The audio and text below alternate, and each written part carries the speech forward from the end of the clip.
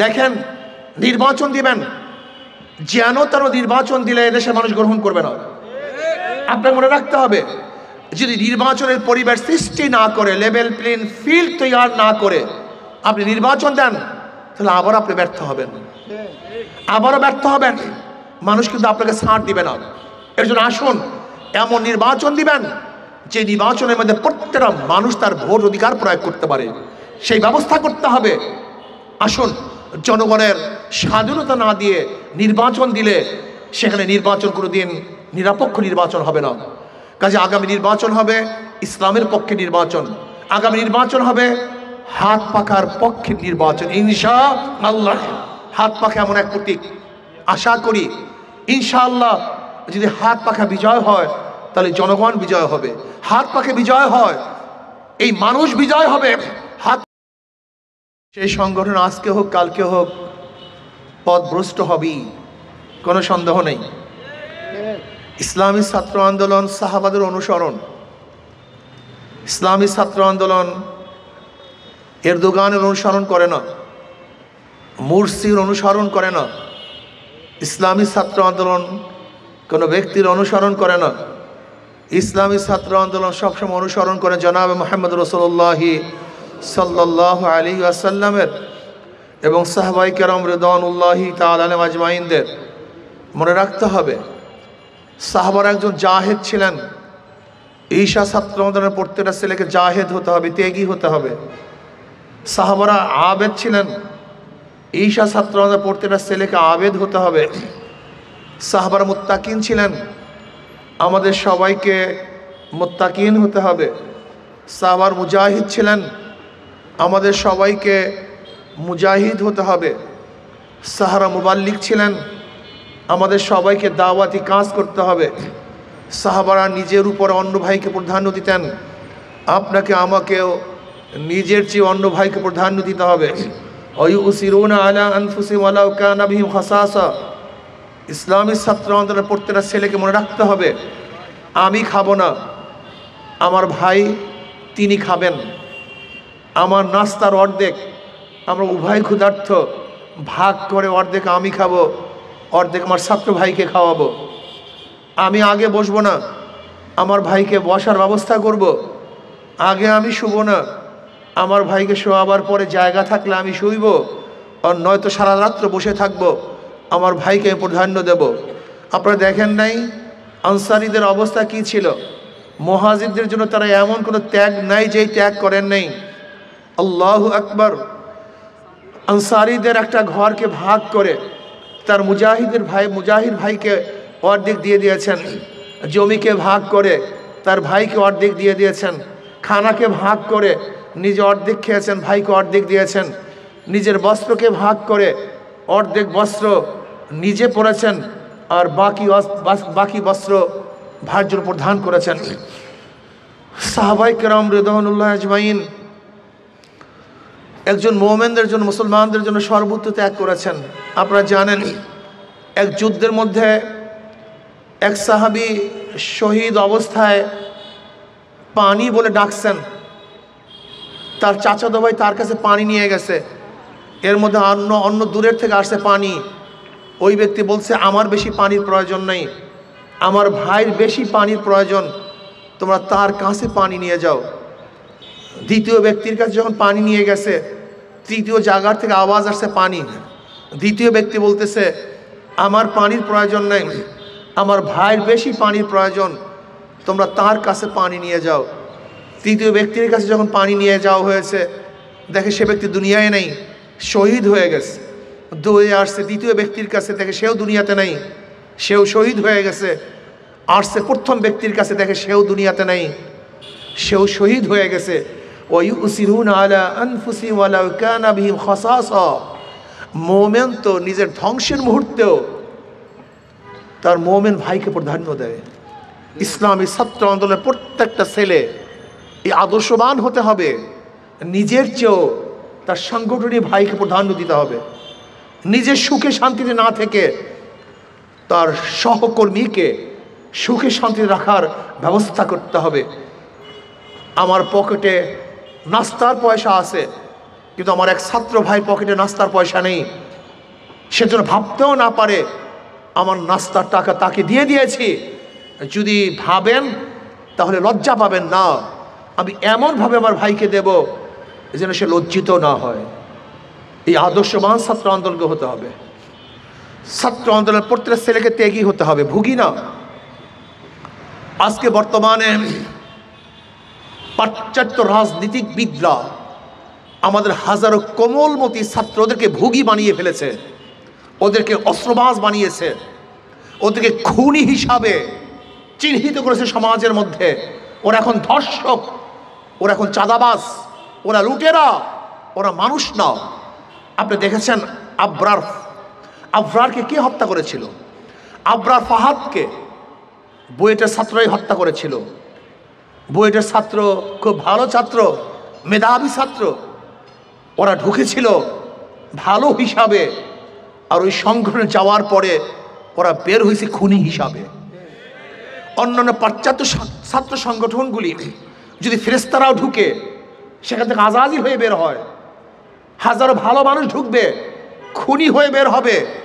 আর ইসলামী ছাত্র আন্দোলনের এমন এক সুন্দর পরিবেশ কাঠামো যেখানে হাজারো খারাপ ছাত্ররা ঢুকলেও ফেরেশতাতুল্য ছাত্র হিসাবে বের হবে ইনশাআল্লাহ। আপনারা দেখেছেন জাহাঙ্গীর ইউনিভার্সিটিতে 100 ধর্ষণ করার পরে সেঞ্চুরি পালন করেছে কারা? এই মেধাবী ছাত্ররা। আজকে ঢাকা ইউনিভার্সিটিতে অস্ত্রবাজি কারা করে? এই মেধাবী ছাত্ররা। আজকে টেন্ডারবাজি কারা করে? এই মেধাবী ছাত্ররা, যারা ফুলের মতো ছিল কিন্তু আজকে ওই সমস্ত সংগঠন করার পরে তারা ডাকাত হয়েছে, ধর্ষক হয়েছে, চাঁদাবাজ হয়েছে, গুন্ডা হয়েছে, বদমাশ হয়েছে। ইসলামী ছাত্র এমন এক সংগঠন যেখানে হাজারো খারাপ মানুষ ঢুকবে, ফেরেশতাতুল্য মানুষ হিসাবে সেখান থেকে বের হবে। এর ইসলামী ছাত্র আন্দোলন প্রত্যেক ছেলেকে বলবো, ত্যাগী হও। এই সমাজের জন্য ত্যাগ করতে হবে, এই জনগণের জন্য ত্যাগ করতে হবে, এই দেশের জন্য ত্যাগ করতে হবে, বৈষম্য দূর করার জন্য ত্যাগ করতে হবে, চাঁদাবাজি বন্ধ করার জন্য ত্যাগ করতে হবে, ঘুষ বন্ধ করার জন্য ত্যাগ করতে হবে। এই ভূখণ্ডকে রক্ষা করার জন্য হাজারো ত্যাগ তোমাকে করতেই হবে ইনশাআল্লাহ। প্রিয় ছাত্র ভাইয়েরা আমার, আজকে বাংলাদেশের অবস্থাটা কি? বারবার রক্ত দিয়েছিলাম, আন্দোলন করেছিলাম, সংগ্রাম করেছিলাম মানুষকে মুক্তি দেওয়ার জন্য, শান্তি দেওয়ার জন্য, মানুষের অধিকারকে প্রতিষ্ঠিত করার জন্য। কিন্তু আজকে আমরা কি দেখছি? এত রক্ত, এত আন্দোলন করার পরেও আজকে বাংলাদেশের মানুষ স্বাধীন নয়, তাদের অধিকার বাস্তবায়ন হচ্ছে না, আমরা তাদের পাশে দাঁড়াতে পারছি না। এর মূল কারণটা কি? এর মূল কারণ হলো যারা আমরা নেতৃত্ব প্রদান করি তারা অসৎ, অযোগ্য, জালেম, খুনি, ডাকাত, ধর্ষক। এরা নেতৃত্ব দিলে দেশের মানুষ কোনোদিন শান্তি পাবে না। এই যে ঈশা ছাত্র আন্দোলনের কাজটা কি? কু আনফুসাকুম আহলিকুম নারা, নিজেও জাহান্নামের আগুন থেকে বাঁচো, সমাজকেও বাঁচাও। নিজে গঠন হওয়ার ভিত্তিতে সমাজকে গঠন করতে হবে, নিজেকে তৈয়ার করার ভিত্তিতে সমাজকে তৈয়ার করতে হবে।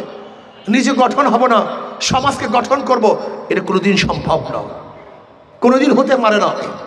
এই ইসলামী ছাত্র আন্দোলনের প্রত্যেকটা ছেলেকে, দেশকে গঠন করার জন্য প্রথম নিজেকে গঠন করতে হবে, নিজেকে প্রস্তুতি গ্রহণ করতে হবে।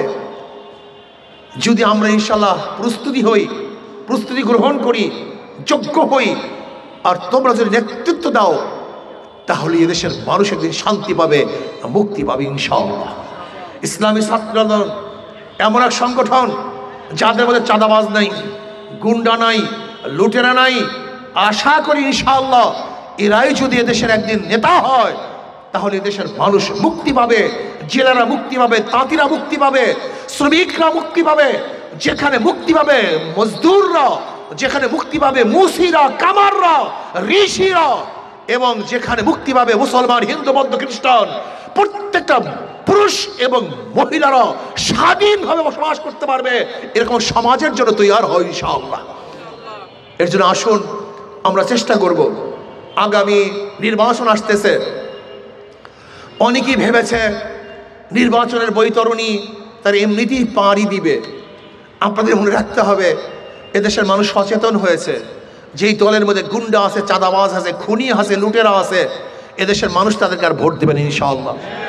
দিতে পারে না, কেন? চাঁদাবাজির জন্য ভোট দিবে, গুন্ডামি করার জন্য ভোট দিবে, দখলদারি করার জন্য ভোট দিবে না, এদেরকে মানুষ আর ভোট দিবে না।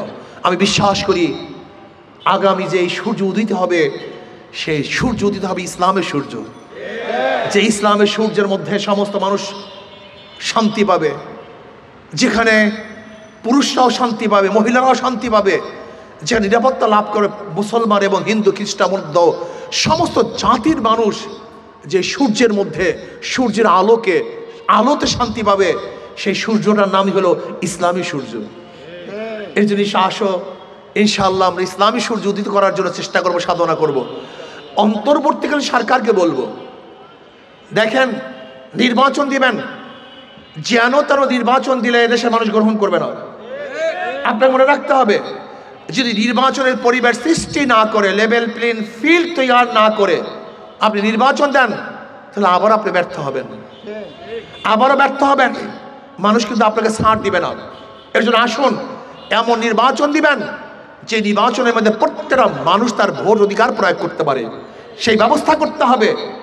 আসুন, জনগণের স্বাধীনতা না দিয়ে নির্বাচন দিলে সেখানে নির্বাচন কোনোদিন নিরপেক্ষ নির্বাচন হবে না। কাজে আগামী নির্বাচন হবে ইসলামের পক্ষে নির্বাচন, আগামী নির্বাচন হবে হাত পাখার পক্ষে নির্বাচন ইনশাআল্লাহ। হাত পাখা এমন এক প্রতীক, আশা করি ইনশাআল্লাহ যদি হাত পাখা বিজয় হয় তাহলে জনগণ বিজয় হবে, হাত পাখা বিজয় হয় এই মানুষ বিজয় হবে, হাত পাখা বিজয় হয় এই দেশ বিজয় হবে ইনশাআল্লাহ। পিআর সিস্টেমে নির্বাচন চাই, সংখ্যানুপাতিক হারে নির্বাচন চাই, যেখানে মানুষ মার্কায় ভোট দিবে। যদি মার্কায় ভোট দেয় তাহলে পেশি শক্তি ব্যবহার হবে না, কালো টাকার সরাসরি হবে না, জাতীয় এক সংসদ হবে, সমস্ত আদর্শের মানুষ সেই সংসদে থাকবে, প্রত্যেকের কথা বলতে পারবে। পিআর সিস্টেমে নির্বাচন হলে সেখান থেকে আর ফ্যাসিস্ট তৈরি হবে না। এর জন্য সরকারকে বলবো অবশ্যই পিআর সিস্টেমে নির্বাচন দিতে হবে, নির্বাচনের পরিবেশের সৃষ্টির মাধ্যমে নির্বাচন দিতে হবে, সংস্কারের ভিত্তিতে নির্বাচন দিতে হবে। যেন তেন সংস্কার চাই না, যে সমস্ত খাতগুলিকে ধ্বংস করে ফেলেছে ওই সমস্ত খাতগুলিকে সংস্কার করার ভিত্তিতে নির্বাচন দিতে হবে। ইসলামী ছাত্র আন্দোলন গোটা ছাত্রদের কাছে দাওয়াত নিয়ে যাবে, আজকের থেকে নিয়াত করে কমপক্ষে যেন 100, 200 বা 300 বা 500 ছেলেকে দাওয়াত দিয়ে ইসলামী ছাত্র আন্দোলন অন্তর্ভুক্ত করাবো। কি রাজি আছেন ইনশাআল্লাহ? কমপক্ষে 500 ছাত্রকে দাওয়াত দিয়ে আমি ছাত্র আন্দোলন নিয়ে আসবো। আল্লাহ আমাকে এবং আমাদের সবাইকে আল্লাহর জমিনে আল্লাহর হুকুমত কায়েম করার, ইসলাম হুকুমত কায়েম করার তৌফিক দান করেন।